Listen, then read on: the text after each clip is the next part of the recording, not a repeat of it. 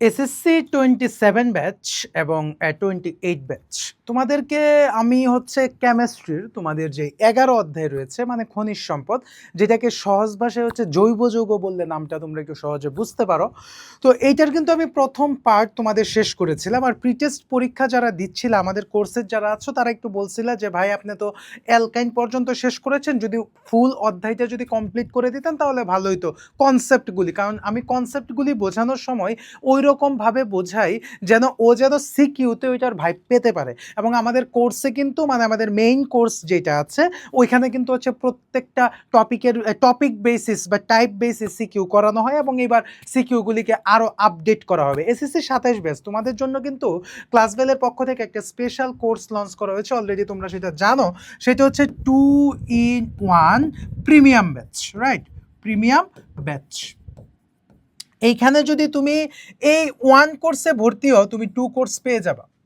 মানে তুমি যদি প্রি টেস্টের কোর্সে ভর্তি হও তাহলে টেস্ট কোর্স যেটা আছে সেটা হচ্ছে টোটালি তুমি ফ্রি পেয়ে যাবা। ঠিক আছে, বিস্তারিত জানতে আমাদের পেজে যোগাযোগ করতে পারো অথবা আমাদের সেই বিখ্যাত নাম্বার 01830302122 এই নাম্বারেও তুমি যোগাযোগ করতে পারো, তাহলে চলবে। ওকে, এখন চলো আমরা মূলত যে তোমাদের যে সানমেজাদের এক্সাম আছে তাদের জন্য হচ্ছে আমি ওই দিন অ্যালকিন মানে বেসিক পার্টটা করেছিলাম, অ্যালকিন করেছিলাম, অ্যালকেন করেছিলাম, অ্যালকিন করেছিলাম এবং হচ্ছে অ্যালকাইন করেছিলাম। তোমরা খুব করে বলতেছিলাম পরের অংশগুলি করায় দেওয়ার জন্য। তো পরের যে অংশগুলি রয়েছে সেটা হচ্ছে এলডিহাইড এবং ফ্যাটি অ্যাসিড। এই যে অ্যালকোহল, এলডিহাইড এবং ফ্যাটি অ্যাসিড, এই প্রত্যেকটা বিষয় নিয়ে হচ্ছে আজকে আমরা কথা বলবো। এখান থেকে কিন্তু তোমার হিউজ পরিমাণ একটা প্রশ্ন তোমার ফাইনাল পরীক্ষায় আসতে দেখা যায়। হ্যাঁ, এইখান থেকে একটা হিউজ পরিমাণ প্রশ্ন তুমি ফাইনাল এক্সামে পাবা, সেটা যেভাবেই হোক পরীক্ষায় আসে। এক, দুই হচ্ছে এই অ্যালকোহল, এলডিহাইড, ফ্যাটি অ্যাসিড আমি জাস্ট বেসিক অংশটা পড়ায় দিচ্ছি। ঠিক আছে, সিকিউ অংশগুলো আমি আমাদের ক্লাসে আলোচনা করবো। আর কোর্সের কেউ যদি এই বেসিক অংশটা বুঝতে না পারো তোমরা আমাকে জানাও, আমি ক্লাসে তোমাদের এগুলি সলভ করে দেওয়ার চেষ্টা করবো, কেমন? আচ্ছা দেখো, আগে নর্মালাইজ ভাবে বুঝো, যারা একেবারে জিরো পজিশনে আছো তাদের জন্য আগে বলতেছি। এই অ্যালকোহল, এই অ্যালকোহলকে প্রকাশ করা হচ্ছে ওইজ দ্বারা। এক, এইটার উচ্চারণ হচ্ছে নল, রাইট? এলডিহাইড, এইটাকে প্রকাশ করা হচ্ছে CHO দ্বারা, এইটার উচ্চারণ হচ্ছে নেল। 2 নাম্বার ঘটনা। 3 নাম্বার হচ্ছে ফ্যাটি অ্যাসিড, যেটাকে প্রকাশ করা হয় COOH দ্বারা, এইটার উচ্চারণ হচ্ছে ওইক অ্যাসিড। এটার উচ্চারণ কি? এটার উচ্চারণ হচ্ছে ওইক অ্যাসিড। আশা করি এতটুক জায়গা তোমরা ক্লিয়ার হইছো। কি যে অ্যালকোহলকে OH দ্বারা প্রকাশ করা হয়, এটার উচ্চারণ হচ্ছে নল। এলডিহাইডকে CHO দ্বারা প্রকাশ করা হয়, এটার উচ্চারণ হচ্ছে নেল। এবং ফ্যাটি অ্যাসিডকে COOH দ্বারা প্রকাশ করা হয়, যেটার উচ্চারণ হচ্ছে ওইক অ্যাসিড। এতটুক জায়গা হচ্ছে বেসিক কথা। তারপরে তোমাকে আরেকটা জিনিস বুঝতে হবে, সেটা হচ্ছে তুমি যদি অ্যালকোহলকে যদি তুমি জারণ করো, এই জিনিসগুলি খুব ঠান্ডা মাথায় বোঝো, কাজে দিবে। তুমি যদি অ্যালকোহলকে জারণ করো, ওইসকে যদি তুমি জারণ করো, তাহলে কিন্তু এই যে জারণ করে অক্সিজেন দ্বারা, জারণ করলে তুমি পাবা হচ্ছে এলডিহাইড, রাইট? আর এই এলডিহাইডকে যদি তুমি জারণ করো তাহলে তুমি পাবা হচ্ছে অ্যাসিড। খুবই খুবই খুবই খুবই ইম্পর্ট্যান্ট। এবং এর উল্টাটা ঘটবে হচ্ছে বিজারণ ঘটলে। এবং এই জায়গাটা তুমি যদি মনে রাখতে পারো তুমি সিকিউতে অনেক বেশি একটা হেল্প পাবা। এই এতটুক জায়গা যদি তুমি মনে রাখতে পারো যে কি, আমি যদি অ্যালকোহলকে জারণ করি তাহলে আমি এলডিহাইড পাবো, এলডিহাইডকে জারণ করলে আমি অ্যাসিড পাবো, যদি আমি ইথিনকে জারণ করি তাহলে ইথানল পাবো, ইথানলকে জারণ করলে আমি ইথানোইক অ্যাসিড পাবো। তারপর হচ্ছে ধর আমি যদি প্রোপেনকে জারণ করি তাহলে আমি প্রোপানল পাবো, প্রোপানলকে যদি জারণ করি তাহলে প্রোপানোইক অ্যাসিড পাবো। মানে একটা থিম যদি তুমি মনে রাখতে পারো তাহলে তুমি এই টাইপের যত প্রশ্ন আসুক তুমি পরীক্ষায় আনসার করতে পারবে। ঠিক আছে, এখন দেখো আমরা কিছু বেসিক অংশ জানার চেষ্টা করব এবং এই জিনিসগুলিকে একটু সহজ করার চেষ্টা করব। আচ্ছা, তোমাদের এই প্রশ্নটা ইদানিং খুব আসতে দেখা যাচ্ছে। হ্যাঁ, এই প্রশ্নটা কি যে তোমার অ্যালকোহল প্রস্তুতিটা, এইখানে কিন্তু দুইটা কথা আছে। একটা হচ্ছে সোডিয়াম হাইড্রোক্সাইডের সাথে তুমি যদি অ্যাকোয়াস দাও তাহলে একটা ঘটনা ঘটবে, আবার সোডিয়াম হাইড্রোক্সাইডের সাথে তুমি যদি অ্যালকোহল দাও তাহলে আরেকটা ঘটনা ঘটবে। এইটা দিয়ে কিন্তু সিকিউতে প্রশ্ন আসে, এই জায়গাটা থেকে কিন্তু সিকিউতে একটা প্রশ্ন তুমি পাবা, এই জায়গাটা থেকে, জাস্ট এই জায়গাটা থেকে।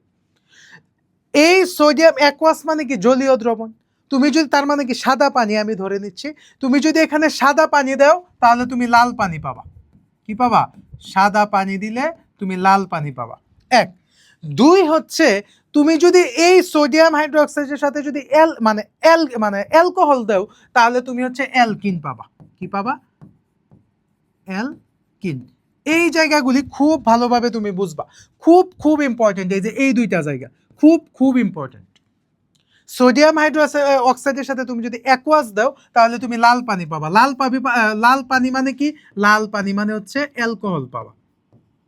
অ্যালকোহল। এইটা থেকে কিন্তু পরীক্ষায় প্রশ্ন আসে।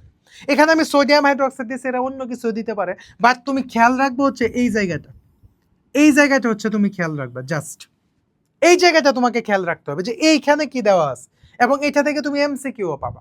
এই টপিকটা এতটাই ইম্পর্টেন্ট। আচ্ছা, তো আবার কি সোডিয়াম হাইড্রোক্সাইডের সাথে তুমি যদি তুমি অ্যালকোহল যদি দাও সোডিয়াম হাইড্রোক্সাইডের সাথে তাহলে তুমি পাবো হচ্ছে অ্যালকিন। এই জায়গাটা কিন্তু পরীক্ষায় আসে। আচ্ছা, তারপরে আমরা আরেকটা জায়গায় ক্লিয়ার হওয়ার চেষ্টা করব, খুবই খুবই খুবই খুবই ইম্পর্টেন্ট সেই জায়গাটা। দেখো সেই জায়গাটা হচ্ছে এই যে প্রস্তুতি, এই প্রস্তুতি অ্যালকোহলের প্রস্তুতি। এই যে দেখো সোডিয়াম হাইড্রোক্সাইড জলীয়, জলীয় মানে কি? অ্যাকুয়াস। তার মানে এখানে কি হবে রে ভাই? এখানে লাল পানি হবে। এখন বিক্রিয়াটা আমি কিভাবে ঘটাবো? বিক্রিয়াটা কিভাবে ঘটাবো? খুব খুব ঠান্ডা মাথায় দেখো ঘটনাটা আসলে কি হচ্ছে। আমি যদি এখানে ইথানল নেই, ধরো CH3CH2Br মানে ইথাইল ব্রোমাইড নিলাম, রাইট? এইটার সাথে যদি আমি সোডিয়াম হাইড্রোক্সাইডটা দেই তোমার অ্যাকুয়াস, তাহলে কি তৈরি হবে? অ্যাকোয়াসটা যদি দেই তাহলে কি তৈরি হবে রে ভাই? অ্যাকোয়াসটা আমি এখানে লিখতেছি, অ্যাকোয়াসটা দিলে কি তৈরি হবে? এখন দেখো এখানে যেহেতু আমি অ্যাকোয়াস দিয়েছি, এখানে যেহেতু আমি অ্যাকোয়াস দিয়েছি তার মানে অবশ্যই আমার এখানে অ্যালকোহল তৈরি হবে। এখানে যেহেতু অ্যাকোয়াস দিয়েছি তার মানে এখানে ওইখানে অ্যালকোহল তৈরি হবে উৎপাদে, প্রোডাক্ট হিসেবে। আচ্ছা, এখন এইটার দিকে তুমি একটু নর্মালাইজ ভাবে তাকাও। তুমি যদি বিক্রিয়াটা নাও বুঝো সিস্টেমে করতে পারবা। আমাদের কোর্সের যারা আছে আশা করি তারা আর একটু ভালোভাবে পারবা। কেন? কারণ এই যে দেখো এই দুইটা জিনিস কিন্তু আমার চেনা, যে এই দুইটাকে যদি আমি অ্যাডজাস্ট করে দেই তাহলে হচ্ছে সোডিয়াম ব্রোমাইড হবে। তাহলে বাকি আছে কে?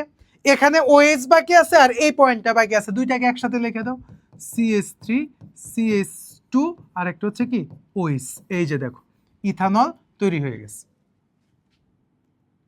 এইটা সিস্টেমে করে ফেলতে পারো, জিনিসটা নিয়ে আর কোনো প্রবলেম হবে না।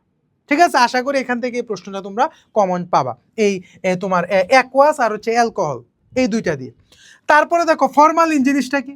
ফরমালিন হচ্ছে এক ধরনের অ্যালডিহাইড। আগে এইটা মাথায় ঢুকাও, ফরমালিনটা কি? ফরমালিন হচ্ছে এক ধরনের অ্যালডিহাইড। যেমন তুমি খেয়াল করো এই যে ম আছে না, ম, এই ম দিয়া তুমি মনে রাখবো হচ্ছে মিথা, ম দিয়া কি? মিথা। আর যেহেতু একটা অ্যালডিহাইড তুমি মনে রাখবা মিথা নেল। তাহলে আর পরীক্ষা ভুলবা না, এটা দিয়ে কিন্তু তোমার এমসিকিউ তুমি পাবা। এই মিথানেলের তোমার যে 40% যে জলীয় দ্রবণ আছে, ওই জলীয় দ্রবণকে তোমার ফরমালিন বলে। এইটা পরীক্ষায় আসে। ফরমালিন কাকে বলে? ক নাম্বারে আসে এটা। অর্থাৎ আমি বলতেছি ফরমালিনটা হচ্ছে এক ধরনের অ্যালডিহাইড, আর ফরমালিনের মধ্যে ম আছে, ম মানে মিথা, আমি বোঝার সুবিধার জন্য ধরতেছি।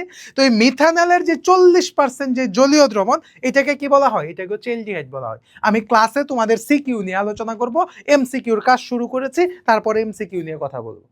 ঠিক আছে, ওকে, এতটুক জায়গা ক্লিয়ার হইলো। এই যে দেখো এই কথাটা এখানে তারা বলে দিছে, এই যে দেখো সেম ঘটনাটা। আমাদের নোটগুলি কিন্তু এরকম অ্যানিমেটেড করা হয়েছে, টোটাল নোটটাকে এরকম অ্যানিমেটেড করা হয়েছে। এখন দেখো এগুলির ব্যবহারটা কি। যেমন অ্যালকোহল, অ্যালকোহলের ব্যবহারটা কি? তোমার পারফিউমের মধ্যে অ্যালকোহল আছে, কসমেটিক্স, ওষুধের দ্রাবক, রেকটিফাইড স্পিরিট। এই জায়গাটা তোমার পরীক্ষায় এমসিকিউতে আসতে দেখা যায়। এই যে এই জায়গাটা রেকটিফাইড স্পিরিট, এই জায়গাটা তোমার পরীক্ষায় আসতে দেখা যায়। এই যে রেকটিফাইড স্পিরিট হচ্ছে কি?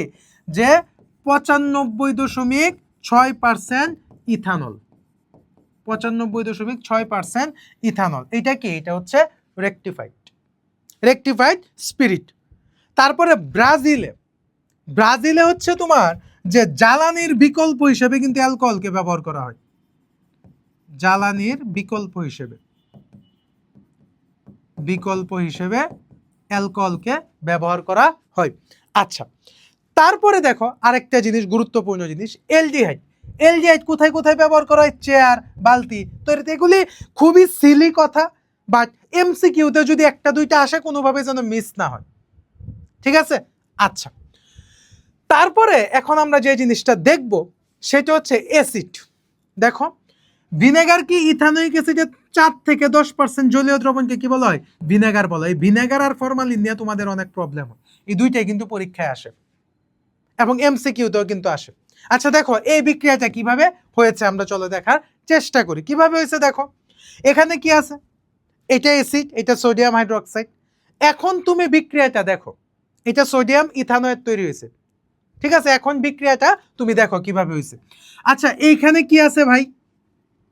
এইখানে কি আছে? একটা ওএইচ আছে, আর এইখানে কি আছে? একটা এইচ আছে। দুইটাকে অ্যাডজাস্ট করলে কি হয়? দুইটাকে অ্যাডজাস্ট করলে তোমার পানি তৈরি হয়, তাই কি না? এই যে তুমি এখানে পানি তৈরি করলে, এখন বাকি আছে কি? এখন বাকি আছে সোডিয়াম আর সি ডবল। এই যে দুইটাকে অ্যাডজাস্ট করে দাও, এনাফ। সোডিয়াম ইথানয়েড। আশা করি এতটুকু জায়গা তোমরা বুঝতে পারছো। আচ্ছা, তারপরে দেখো আমরা লাস্ট টপিকের মধ্যে চলে আসছি, সেটা হচ্ছে এই পলিমার থেকে এবার এসএসসি 27 এর প্রিটেস্টে প্রশ্ন আসবে এই পলিমার থেকে, ঠিক আছে? আচ্ছা, তাহলে পলিমার বোঝার আগে আমাকে মনোমার বুঝতে হবে। মনোমার হচ্ছে ক্ষুদ্র অংশ, পলিমার হচ্ছে বৃহৎ অংশ। মনোমারগুলিকে তুমি যখন একসাথে লাগাবা তখন সেটা পলিমার হবে। এখন দেখো পলিমারের বিক্রিয়াগুলি কি। এই যে পলিথিন, এই যে দেখো পলিথিন, এই যে পলি মানে অনেক, ইথিনের সাথে যখন এন দিয়ে দিছে তখন সেটা পলিথিন হয়ে গেছে। এর সাথে তুমি যখন 200 ডিগ্রি সেলসিয়াস তাপমাত্রার 1000 এটিএম চাপ দিবা, এই যে ইথিন তৈরি হবে। বিক্রিয়া দেখা ভয় পাওয়ার কিছু নাই, এখানে ব্র্যাকেট করে দিবা, একটা বন্ধন দিবা, এনটাকে বাইরে দিয়ে দিবা। এই যে দেখো এই বন্ধনটা এতটুক পর্যন্ত আসবে আর এনটাকে বাইরে দিয়ে দিবা। এইটা তো একটা ইম্পর্টেন্ট না, পলিপ্রোপিন, কিন্তু এইটা খুব ইম্পর্টেন্ট। পিভিসি, পানির পাইপে যেটা ব্যবহার করে, এবং এটা সংকেতও কিন্তু আসে। কিছুই ঘটনা না, তোমার জাস্ট কি এখানে NCH2 দ্বিবন্ধন CH Cl। এখন তুমি কি করবা? এই এনটাকে বাইরে দিয়ে দিবা, একটা ফার্স্ট ব্র্যাকেট দিবা, দুই পাশে দুইটা দাগ দিয়ে দিবা, শেষ। তাহলে সেটা হয়ে যাবে polyvinyl chloride. PVC full meaning মানে হচ্ছে কি? Polyvinyl chloride. তারপরে দেখো ঘনীভবনের যে জায়গাটা, ঘনীভবন সবচেয়ে বেশি আসে এই জায়গাটা, নাইলন 66। এই 66 মানে কি? এই 66 মানেই হচ্ছে তোমার কার্বন সংখ্যা। এইটা অনেকে বুঝে না এবং অনেকে এমসিকিউতে এটা আসে। এই 66 মানে কি? 66 মানে হচ্ছে কার্বন সংখ্যা। বিক্রিয়াটা শেখার দরকার নেই, বিক্রিয়াটা আসে না তোমাদের, এত শেখার দরকার নেই। শুধু একটা কথা মনে রাখবা যে এখান থেকে পানি অপসারণ করা যায়, এইটাও দরকার নেই যে এখানে আলাদা করে পানি দেখায় দিছে, দরকার নেই। আচ্ছা, এখান থেকে আর ওই রকম কোনো কিছু পড়ার দরকার নেই। পলিমারের ধর্ম এবং ব্যবহার নর্মালি একটু তোমরা পড়ে নিতে পারো, আর আমি পড়ায় সময় নষ্ট করতেছি না, পারলে একটা স্ক্রিনশট দিয়ে নিও এখান থেকে, ঠিক আছে? আচ্ছা, তারপরে তোমার এই যে প্লাস্টিক ব্যবহারের সুবিধা, জৈব অজৈবের পার্থক্য, এইগুলি তোমাদের এই অধ্যায় থেকে ওই রকম আসার সম্ভাবনা নাই, আমার মনে হয় না আসবে। যদি আসে তোমরা একটু পড়ে নিতে পারো, এগুলি সহজ জিনিস। যেমন হচ্ছে জৈব কোনগুলি, সকল সমযোজী বন্ধন যারা আছে, সমযোজী বন্ধন যেগুলি আছে এগুলি জৈব। তো সমযোজী বন্ধনটা দুর্বল, তার মানে জৈব যৌগগুলি দুর্বল। তার মানে সমযোজী যৌগগুলি পানিতে দ্রবীভূত হয় না, তার মানে জৈব যৌগগুলি পানিতে দ্রবীভূত হয় না। সমযোজী যৌগগুলি বিদ্যুৎ অপরিবাহী, তার মানে কি জৈব যৌগগুলি বিদ্যুৎ অপরিবাহী। এইটার বৈশিষ্ট্যগুলি এখানে দিয়ে দিতে পারো। এই 4-5টা টপিক তোমাদের বাকি ছিল, আমি শেষ করানোর চেষ্টা করেছি। তোমাদের সিকিউ নিয়েও কাজ শুরু করেছি এবং এমসিকিউ নিয়েও কাজ চলতেছে। তোমরা ক্লাসটা অবশ্যই শেয়ার করে রেখে দিতে পারো। আর এইটার ফার্স্ট পার্ট মানে পার্ট 1 এখানে আমরা পেজে আপলোড করেছি, এখান থেকেও দেখে নিয়ে তোমার বেসিক জিনিসটা তুমি ক্লিয়ার করতে পারো। পরবর্তীতে এগুলোর টাইপ ভিত্তিক সিকিউ অংশ আসবে, টাইপ ভিত্তিক এমসিকিউ অংশ আসবে। সবাই ভালো থাকো, সুস্থ থাকো, নিরাপদে থাকো, আর অবশ্যই ক্লাস বেলের সঙ্গেই থাকো।